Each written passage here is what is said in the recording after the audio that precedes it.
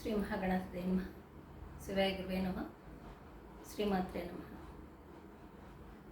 విపంచ గాయంతి వివిధమపదానం పశుపతే త్వయారబ్ధే వక్తుం చిలితశిరసా సాధువచనే త్వదైర్మాధుర్యైరపలపితతంత్రీకలరవాం నిజాం వీణావాణీం నిచుళయతి చోళేన నిభృతం.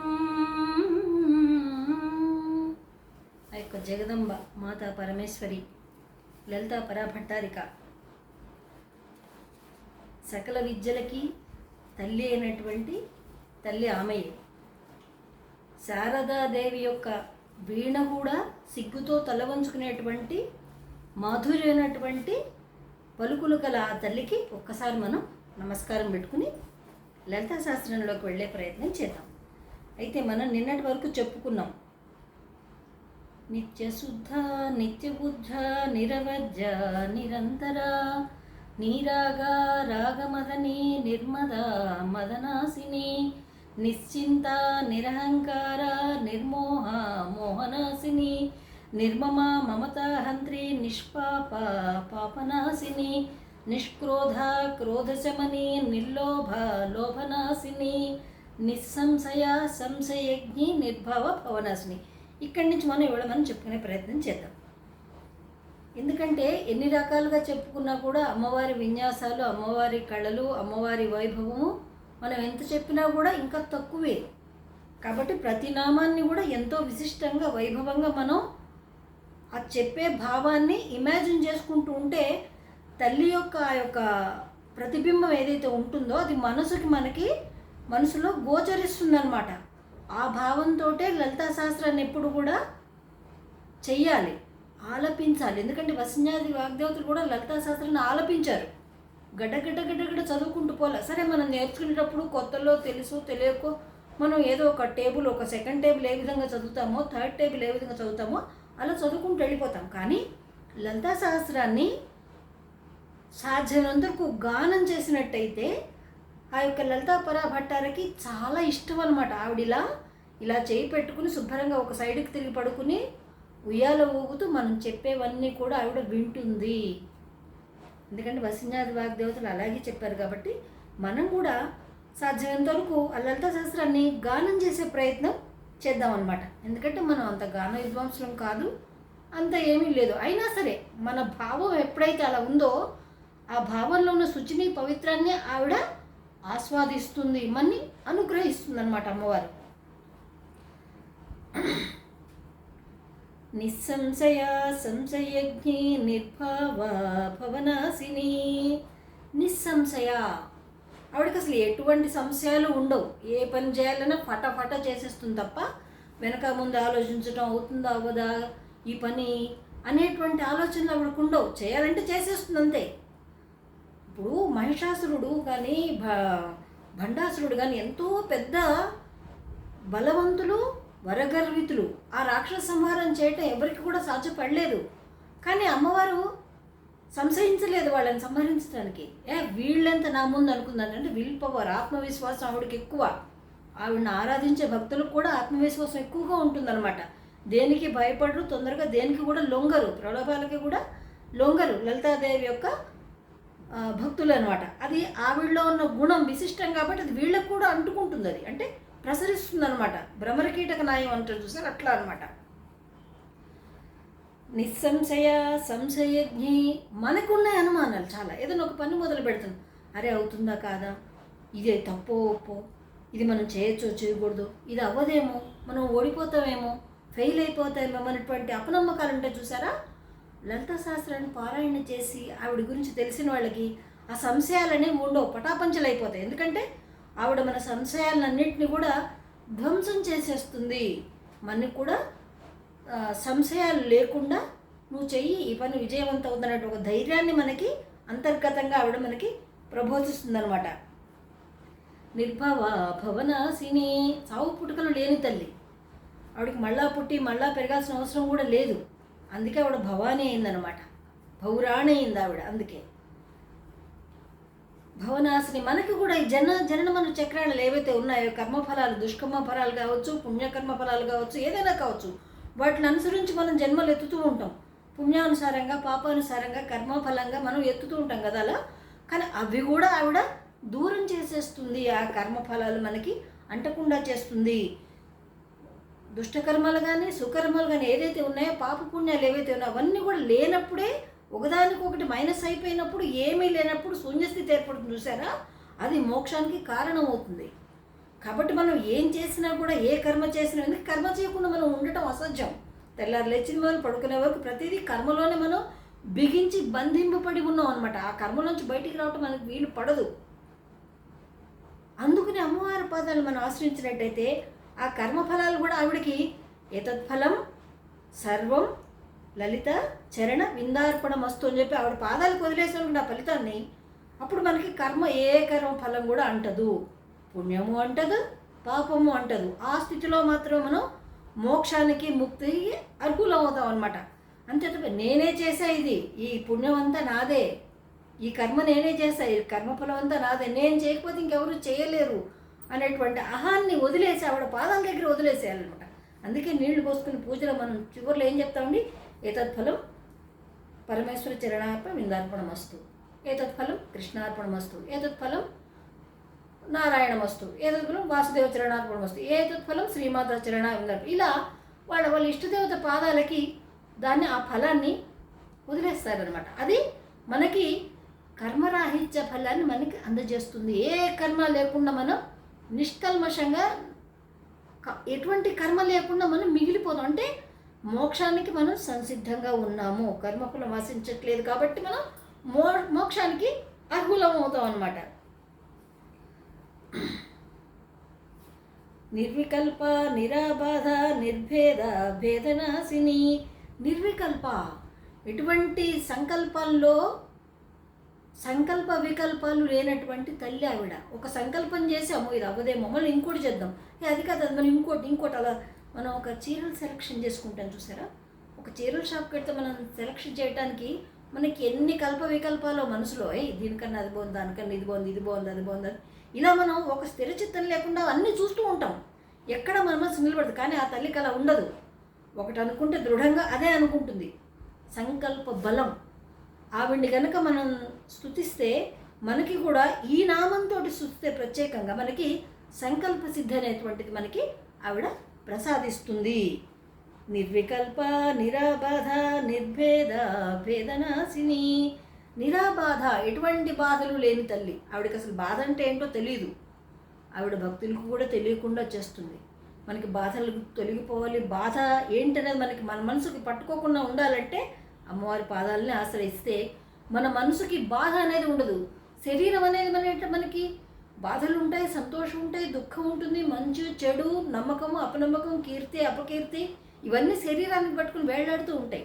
ఎందుకంటే కర్మఫలాలు అనుభవించడానికే మనం దేహం ఏర్పడుతుంది, జన్మ ఏర్పడుతుంది. కానీ మన మనసుకి ఏది అంటదో, ఎప్పటికీ అంటదు. అది మన మనసు దేని మీద పెడతామో దాని మీద మాత్రమే ఉంటుంది. కాబట్టి మన మనసు ఎప్పుడు కూడా అమ్మవారి పాదాల దగ్గర ఉంటే మనకి నిర్బాధ, బాధ అనేది మనకి లేకుండా చేస్తుందన్నమాట అమ్మవారు. నిర్భేద భేదనాశిని. నిర్భేద, భేదభావం లేనటువంటిది. ఏ జీవి పట్ల కూడా అమ్మవారికి భేదభావం ఉండదు. అరే ఏనుగు ఇంత గొప్పది కదా, దీన్ని మనం ఎక్కువగా చూడాలి, అదే చీమ ఇంత ఇది కదా, చిన్న చీమ, దీనికి ఇదిగా చూడాలనేటువంటి భేదభావం ఉండదు. చీమకి కావాల్సిన చక్కెర ఇస్తుంది, ఏనుగు కావాల్సిన చెరుకులు ఇస్తుంది. ఇక్కడ భేదభావం అనేది, ఎందుకంటే ఆవిడ తల్లి మాతృస్వరూపిణి. ఆ మాతృస్వరూపానికి ఒకటి ఎక్కువ ఒకటి తక్కువ అనేది ఉండదు. ఒక తల్లికి 5-6 పిల్లలను అందరి పట్ల మమకారం, ప్రేమ అంతా సమానంగా ఉంటాయి. వీళ్ళని మంచిగా చూడాలి, వీళ్ళని తక్కువగా చూడాలి, వీళ్ళని సరిగ్గా చూడకూడదనే భావం ఏ తల్లికి కూడా ఉండదన్నమాట. అట్లా మాతృస్వరూపంలో ఆవిడ విరాజిల్లుతుందన్నమాట. భేదనాశిని, మనకి కూడా ఆ తత్వం అలవడుతుంది. పండిత సమదర్శన. ఆవిడని ఆరాధించే వాళ్ళకి తెలియకుండానే వాళ్ళకి పాండిత్యం అనేది అప్పుతుంది. దాంతో సమదృష్టి అనేది వచ్చేస్తుంది అనమాట. పామరుణ్ణి ఒకలాగానే చూడాలి, పండితుడిని కూడా ఒకలాగా చూడాలి, సమదృష్టి. ఎందుకంటే వాళ్ళలో ఉన్నటువంటి జీవరాశులు ఏవైతే ఉన్నాయో వాళ్ళ ఆత్మ అంతా కూడా పరమాత్మ స్వరూపమే. అందరూ పరమాత్మ స్వరూపం. ఎందుకంటే జ్ఞానము పరమాత్మే, అజ్ఞానము పరమాత్మే. అన్ని దేహాల్లో కూడా ఆత్మస్వరూపంలో ఆ యొక్క దేహాన్ని ఆశ్రయించుకుని, దేహమే పరమాత్మను ఆశ్రయించుకుని విరాజిల్లుతోంది ఇక్కడ. ఆ పరమాత్మ ఉంటేనే మనలో ఆ జీవకళ, ఆ వర్చస్సు, ఆ తేజస్సు, ఆ బలము ఇవన్నీ ఉంటాయి. ఆ పరమాత్మ మనలోంచి వెళ్ళిపోయాడు అనుకోండి, కట్టే. అది ఎందుకు పనికిరాని కట్టే. ఏ భావం ఉండదు, కనీసం దానికి పేరు కూడా ఉండదు. అప్పటిదాకా ఫలానా అమ్మ, ఫలానా శాస్త్రి, ఫలానా అని పిలిచిన వాళ్ళు కూడా ఆ పేరు ఉండదు దానికి. ఒకటే బాడీ. ఏది చనిపోయినా ఇదే పేరు ఉంటుంది, బాడీ అంటే శవం. కాబట్టి ఆ సత్యం తెలుసుకుని అన్ని జీవరాశుల్లో కూడా పరమాత్మ మనం దర్శించగలగాలి. వాళ్ళు మాత్రమే నిజమైన జ్ఞాని అని చెప్పబడుతున్నారు. పాండిత్యం వచ్చినంత మాత్రాన పాండిత్యం లేని వాళ్ళని అజ్ఞానం చెప్పి ఇప్పుడు హేళన చేయకూడదు, ఎక్కిరించడానికి కూడా వీలు లేదు. ఎందుకంటే అందులో ఉన్న కూడా పరమాత్మ స్వరూపమే, ఆ రకంగా విరాజిల్లుతోంది అది. కాబట్టి మన అందరినీ కూడా గౌరవంగా, ఎవరిని కూడా బాధపడకుండా, అగౌరవపరచకుండా మనం వాళ్ళని చూస్తూ ఉండాలి. వాళ్ళలో ఉన్నటువంటి తేజస్సు, అంత తేజస్సు ఏదైతే ఉందో దాన్ని చూసే ప్రయత్నం చేయాలి. అదే మనకి సూక్ష్మ దృష్టి అని చెప్పబడుతుందన్నమాట. భేదనాశిని. ఆ సూక్ష్మ దర్శి వచ్చిన వాళ్ళకి భేదం అనేది ఉండదు, అంతా ఒకటే. తేడా ఏముంది అసలు చెప్పండి. ఇప్పుడు ఒక కుండని తీసుకెళ్ళాం, నీళ్ళల్లో ముంచాం. కుండలో నీళ్లున్నాయి, కుండ బయట నీళ్లున్నాయి. మధ్యలో ఏముందండి? కుండకు సంబంధించిన మట్టితో తయారు చేసినటువంటి ఆ పెంకు ఉంది. పెంకు పగలు కొడితే అవి నీళ్ళే, ఇవి నీళ్ళే. ఇక్కడ పెంకు అనేది ఏంటంటే దేహము. వాళ్ళ దేహము, మన దేహం. మనం గొప్ప, వాళ్ళు తక్కువ అనుకుంటున్నాం కదా, కాదు. ఆ దేహాలు రెండు ఒకటే. ఆ దేహాలు పడిపోతే రెండు ఒకటే. ఈ సత్యాన్ని తెలుసుకున్న వాడే ప్రజ్ఞావంతుడు, భేదనాశిని అంటే అర్థం ఇది. అంటే అప్పుడు వాళ్ళకు కూడా భేదం నశిస్తుందనమాట. ఓహో, అన్ని జీవరాశుల్లో పరమాత్మ ఈ విధంగా విరాజిల్లుతున్నాడు, కాబట్టి మనకి భేదం లేదనేది, సత్యం అనేది ద్యోతకం అవుతుంది. ఎప్పుడు అమ్మవారి పాదాలను ఆశ్రయించి సత్యంగా ఆవిని దర్శనం చేసుకున్నప్పుడు మాత్రమే ఇది మనకి సిద్ధిస్తుంది. యోగులకి, మహాపురుషులకి ఈ సిద్ధి అనేది ఉంటుంది. అందుకే వాళ్ళు మన మనోభావాలు, మన మనసులో ఏమున్నది కూడా చెప్పగలుగుతారు అన్నట్టు. భేదం అనేది ఉండదు వాళ్ళకి. వాళ్ళు చూసేది ఒకటి, అంతర్గతంగా ఉన్నటువంటి పరమాత్మనే దర్శిస్తారు తప్ప వేరేది వాళ్ళకి కనపడదు. మనకు ఆదిశంకరాచార్యులు కూడా ఇలాగే అప్పటిదాకా భేదభావంతో ఉన్నాడు.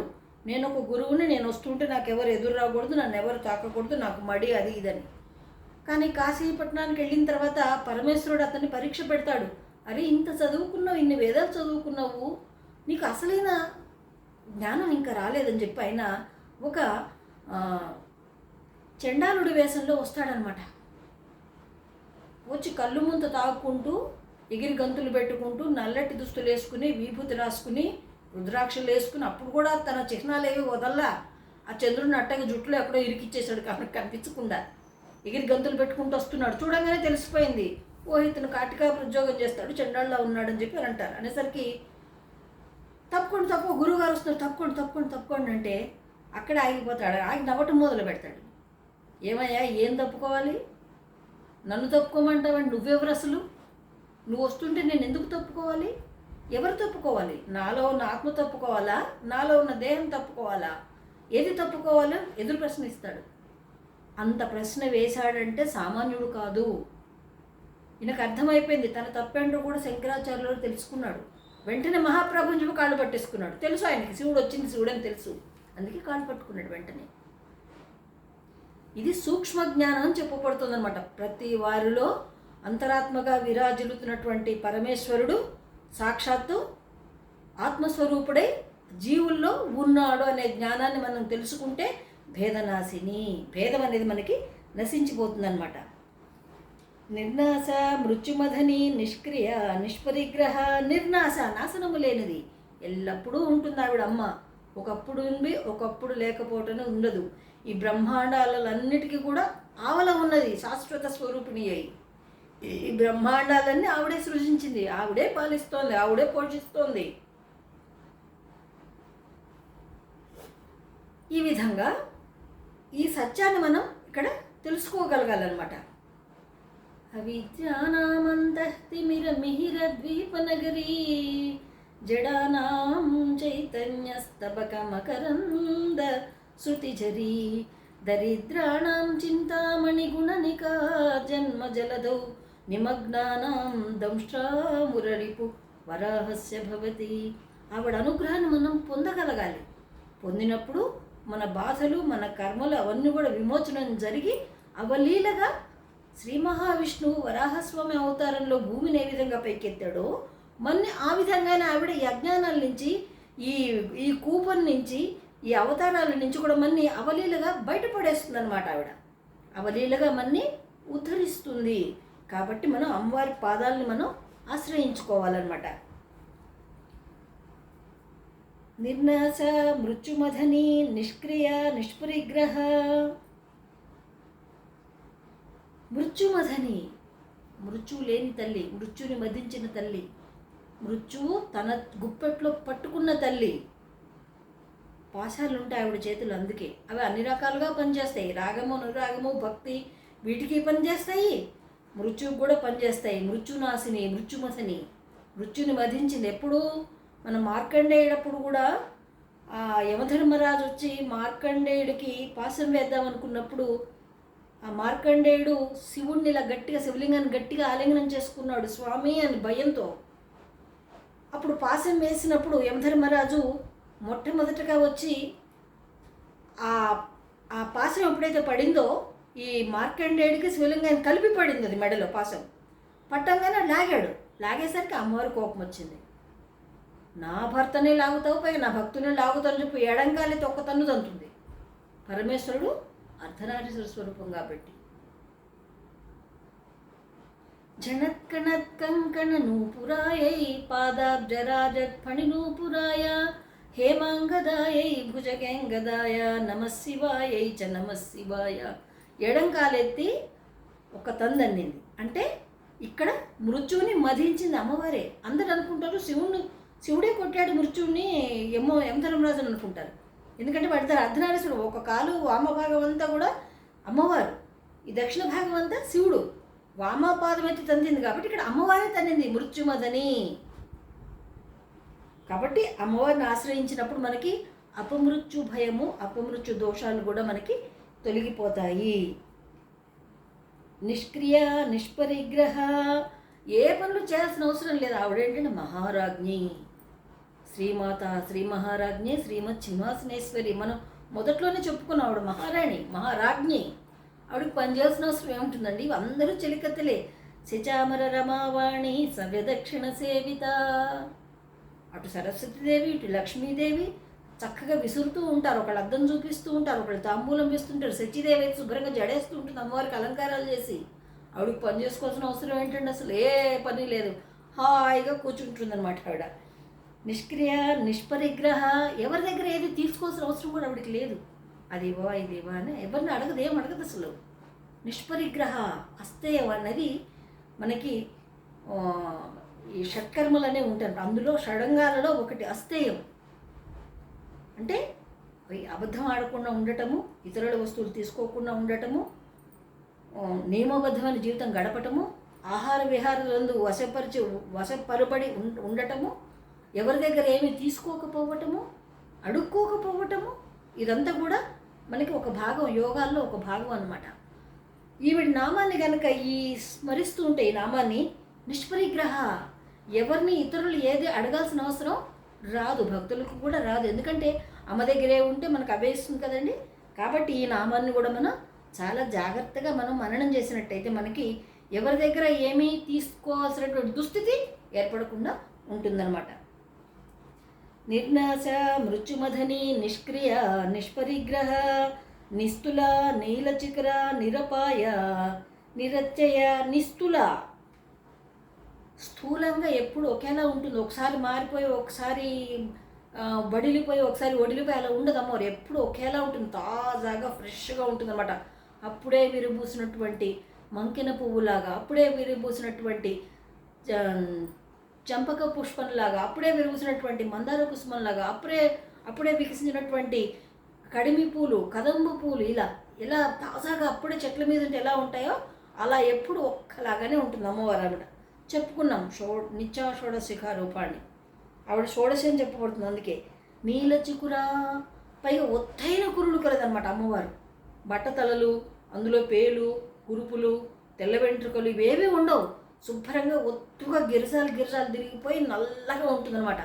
ఈ అమ్మవారి కనుక ఆ కేశపాసాన్ని మనం మనసులో అలా ఇమాజిన్ చేసుకున్నా చాలు, మన పూర్వజన్మ కర్మలతో సహా అన్నీ కూడా పటాపంచలైపోతాయి. ఆవిడ కేశపాసానికి అంత శక్తి ఉందన్నమాట. కబరీబంధం అంటారు సంస్కృతంలో దీన్ని. అంత చక్కటి కురులు కలిగినటువంటి తల్లి. సుగంధ పరిమళాలు విరజిల్లుతూ ఉంటాయి కురుల్లోంచి అనమాట. పుష్పాలకే ఆమె కురుల నుంచి సువాసన అబ్బిందనమాట. అంత చక్కని తల్లి ఆవిడ. నీలచికుర నిరపాయ నిరత్యయ, ఎటువంటి అపాయాలు కలిగించని తల్లి, అపాయానికి లోబడిన తల్లి. నిరత్యయ, ఎప్పుడు కూడా సంతోషంగా హాయిగా ప్రసన్నంగా ఉండేటువంటి తల్లి. అటువంటి తల్లికి మనం నమస్కారం పెట్టుకుందామండి. జై హింద్, మేరా భారత్ మహాన్.